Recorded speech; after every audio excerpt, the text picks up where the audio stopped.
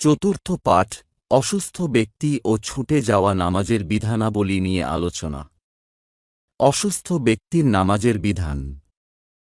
অসুস্থ ব্যক্তিদের জন্য নামাজের বিধান রয়েছে। আল্লাহ তাআলা মানুষদের অবস্থা সম্পর্কে বলেন, আল্লাহ তাআলা কারো উপর এমন কোনো কষ্টকর দায়িত্ব অর্পণ করেন না যা তার সাধ্যাতীত। সূরা আল বাকারা।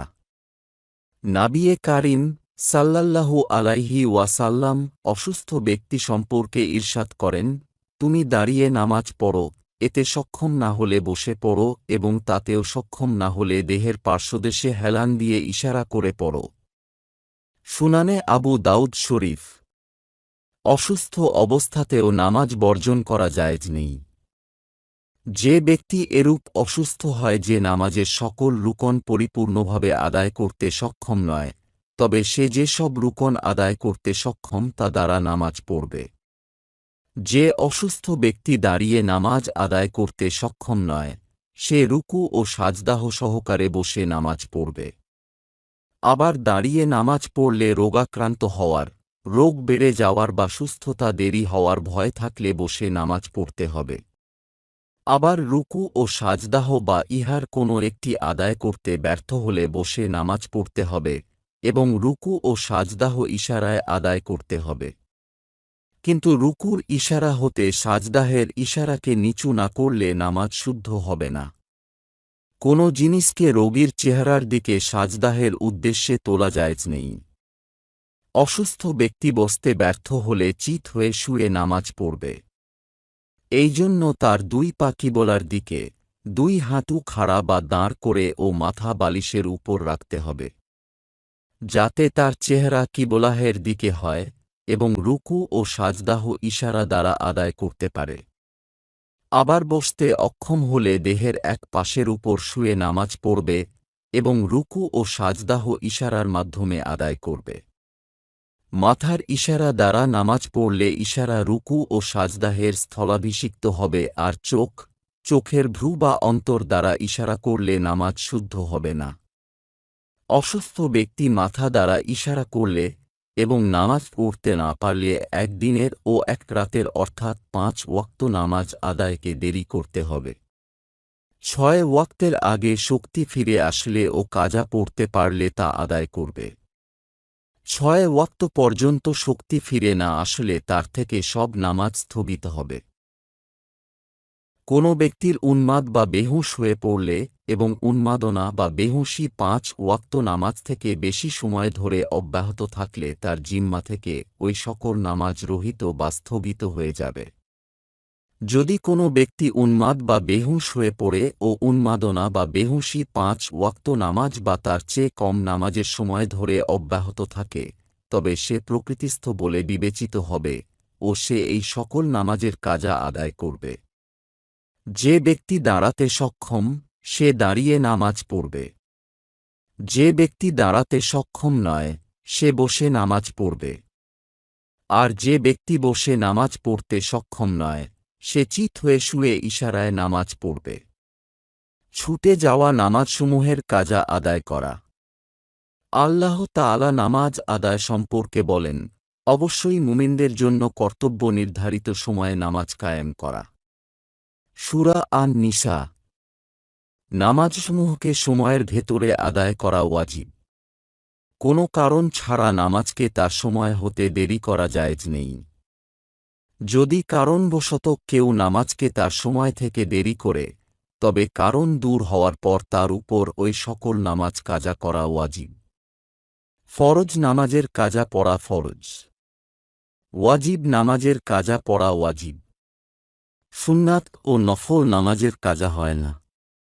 তবে সুন্নাত ও নফল নামাজ শুরু করার পর ফাসিদ বা নষ্ট হয়ে গেলে তার কাজা পড়া ওয়াজিব। ফজরের ফরজ নামাজের সাথে সুন্নাতও ছুটে গেলে সূর্য মধ্য আকাশ হতে ঢলে পড়ার পূর্বে ফরজের সাথে তার কাজা আদায় করতে হবে। শুধু ফজরের সুন্নাত ছুটে গেলে তার কাজা নেই।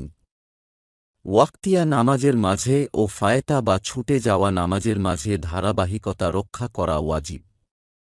ছুটে যাওয়া নামাজের কাজা করার পূর্বে ওয়াক্তিয়া নামাজ আদায় করা জায়েজ নেই। আবার বাদ পড়া বা ছুটে যাওয়া নামাজসমূহের পরস্পরে ধারাবাহিকতা রক্ষা করা ওয়াজিব। তাই ছুটে যাওয়া জোহর নামাজের কাজা ছুটে যাওয়া ফজর নামাজের কাজার পূর্বে আদায় করা জায়েজ নেই। ফরজসমূহ ও বিতরের মাঝে ধারাবাহিকতা রক্ষা করা ওয়াজিব। ছুটে যাওয়া বিতর নামাজের কাজার পূর্বে ফরজ নামাজ আদায় করা জায়েজ নেই। ছুটে যাওয়া নামাজসমূহের পরস্পর ও ছুটে যাওয়া নামাজ এবং ওয়াক্তিয়া নামাজের মধ্যে ধারাবাহিকতা রক্ষা করা ওয়াজিব। যাবত না বিতর নামাজ ছাড়া ছুটে যাওয়া নামাজ ৬ পর্যন্ত পৌঁছবে।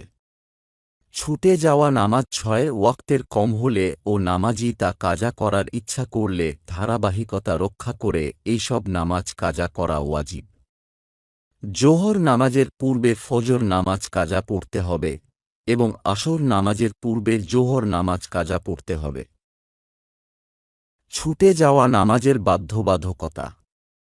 নিম্নোক্ত কোনো একটি কারণের বর্তমানে এই ধারাবাহিকতা উজুব বা বাধ্যবাধকতা রহিত বা স্থগিত হয়ে যায়। ১. বিতর নামাজ ছাড়া ছুটে যাওয়া নামাজ ৬ ওয়াক্তে পৌঁছলে। ২. মুসল্লি সময় সংকীর্ণ হওয়ার কারণে ওয়াক্তিয়া নামাজ ছুটে যাওয়ার আশঙ্কা করলে। ৩. মুসল্লির উপর কোনো কাজা নামাজ আছে এই কথা ভুলে গেলে ও ভুলক্রমে ওয়াক্তিয়া নামাজ পড়ে নিলে। বিতর নামাজ অর্থাৎ ছুটে যাওয়া নামাজ ষষ্ঠ নামাজ হলে মুসল্লির উপর ফজরের নামাজ আদায় করার পূর্বে বিতর নামাজ কাজা করা ওয়াজিব।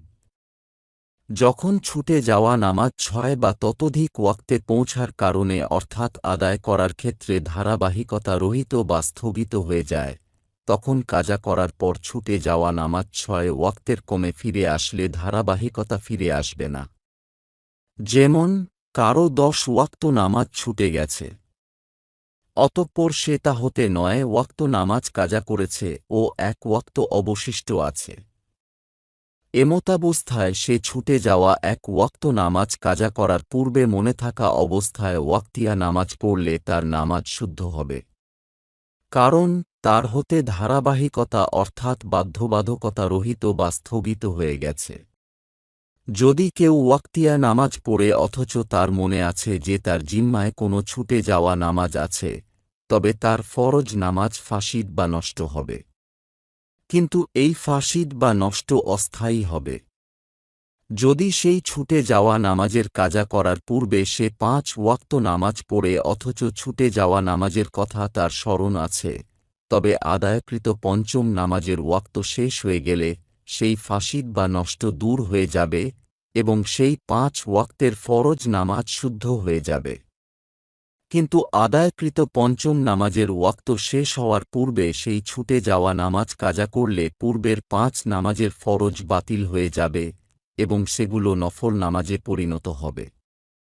তখন তার উপর এই ৫ নামাজকে যেসব ছুটে যাওয়া নামাজ কাজা করার আগে সে পড়েছিল তা কাজা করা ওয়াজিব।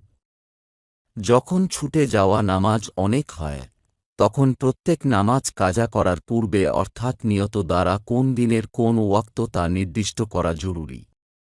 কিন্তু যদি প্রত্যেক নামাজকে কোন দিনের কোন ওয়াক্ত এভাবে নির্দিষ্ট করা সম্ভব না হয়, তাহলে এভাবে নিয়ত করবে যে আমি ছুটে যাওয়া প্রথম জোহর নামাজের কাজা আদায় করছি বা ছুটে যাওয়া শেষ জোহর নামাজের কাজা আদায় করছি।